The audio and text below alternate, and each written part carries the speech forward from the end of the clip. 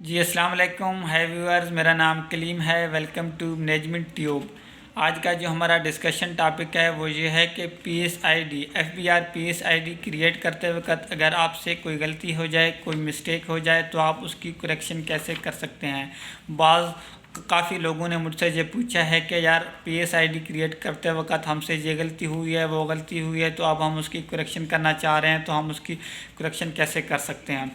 तो I hope कि सब लोगों को पता होगा कि पीएसआईडी है क्या। पीएसआईडी बेसिकली एक पर्सनल आइडेंटिफिकेशन आईडी होता है। एफबीआर के हवाले से या टैक्सेस के हवाले से आप कोई भी पेमेंट करते हैं तो आपके लिए ज़रूरी होता है कि आपके पास पीएसआईडी हो, ताकि जो भी पेमेंट आप कर रहे हैं वो पेमेंट आपके नाम से हो और जिस पर्पज़ के लिए कर रहे हैं ताकि उसके मुताबिक हो। अगर आपके पास पीएसआईडी नहीं होगा, जब तक आपके पास पीएसआईडी नहीं है तो आप कोई भी पेमेंट नहीं कर सकते। तो अभी ये है कि जो लोग हमें बताते हैं कि पीएसआईडी में वो किस तरह की गलतियां कर रहे हैं या आप भी ये गलतियां कर सकते हैं, उनमें से ये है कि बाज़ औक़ात आप फाइनेंशियल ईयर जो सेलेक्ट करते हैं वो आप गलत सेलेक्ट कर रहे होते हैं, या इसके अलावा जो अमाउंट आपने पे करना है वो अमाउंट गलत जो है ना इंटर करते हैं। और उसके अलावा जिस पर्पज़ के लिए आप पेमेंट करना चाह रहे हैं, जो पेमेंट सेक्शन है या जिसको हम पेमेंट सेक्शन कहते हैं, वो पेमेंट सेक्शन आप गलत सेलेक्ट करते हैं। जिसकी मिसाल अगर हम लें, अगर आप एटीएल सरचार्ज के लिए पीएसआईडी क्रिएट करना चाह रहे हैं तो आप गलती से वहाँ कोई और सेक्शन सेलेक्ट करते हैं।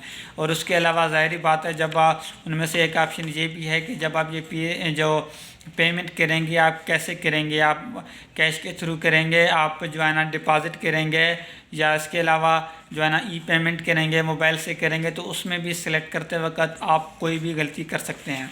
तो ये है कि अगर आपसे इस तरह की भी कोई गलती हो जाए तो उसका करेक्ट करने का तरीका क्या है। वो ये है कि जैसे ये बात माइंड में रखें, जब भी आप कोई पीएसआईडी क्रिएट करते हैं, जब उसकी क्रिएशन हो जाती है तो आप उस पीएसआईडी में कोई तब्दीली नहीं कर सकते। जैसे कहते हैं कि कोई भी गलती हो जाए, कोई मसला हो जाए तो उसका एक अल्टरनेट सोल्यूशन या हल होता है। अब उसका हल ये है कि आप पीएसआईडी अगेन क्रिएट करेंगे, दोबारा एक पीएसआईडी ऐसे क्रिएट करेंगे जिसमें कोई गलती ना करें। और जब आप पेमेंट करेंगे वो भी आप जो दोबारा जो आप पीएसआईडी क्रिएट करते हैं, आप वो पीएसआईडी नंबर इंटर करके उसकी पेमेंट करेंगे। और जो पहले आपने जो पीएसआईडी क्रिएट किया हुआ होता है वो जो है ना कुछ दिनों में, 2 से 3 दिनों में आपके पोर्टल से ऑटोमेटिकली गायब हो जाता है। इसी तरह जब आप पीएसआईडी क्रिएट करते हैं, अगर आप 2 या 3 दिनों में वो पे नहीं करते तो वो भी ऑटोमेटिकली जो है ना पीएसआईडी ख़त्म हो जाता है। अगर ऐसा भी हो जाए फिर भी आप अगर वो गायब हो जाए तो आपको परेशान होने की ज़रूरत नहीं है। आप अगेन पीएसआईडी क्रिएट करें और उसके अकॉर्डिंगली जो है ना पेमेंट करें, ठीक है। अच्छा, इसमें एक और चीज़ भी लोगों को ये चीज़ लेके भी कंफ्यूज हैं कि यार पीएसआईडी और सीपीआर में क्या डिफरेंस है।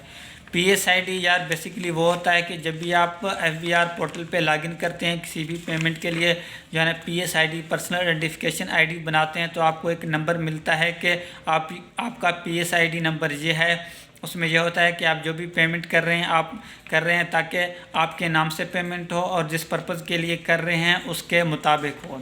जब आप उसकी पेमेंट करते हैं तो आपको एक ईमेल रिसीव होती है एफबीआर की तरफ से कि आपने ये पेमेंट की है, आपका सीपीआर नंबर ये है।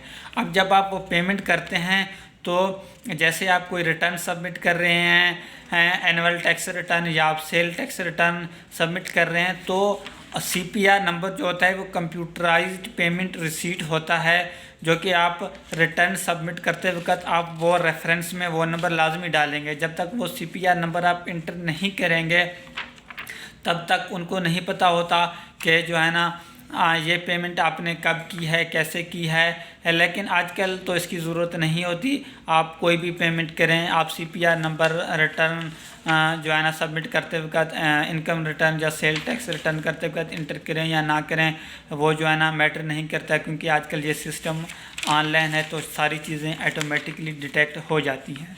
तो एफबीआर के हवाले से मेरे इसी पोर्टल पे इसी यूट्यूब चैनल पे बहुत ज़्यादा इन्फॉर्मेटिव वीडियोस हैं। उसको आप कैसे एक्सेस कर सकते हैं, इसी यूट्यूब चैनल में जो प्लेलिस्ट में जाके आपको FBR federal board of revenue के नाम से एक प्लेलिस्ट मिलेगा। वहाँ आपको एफबीआर के हवाले से बहुत ज़्यादा इन्फॉर्मेटिव वीडियोस मिलेंगी।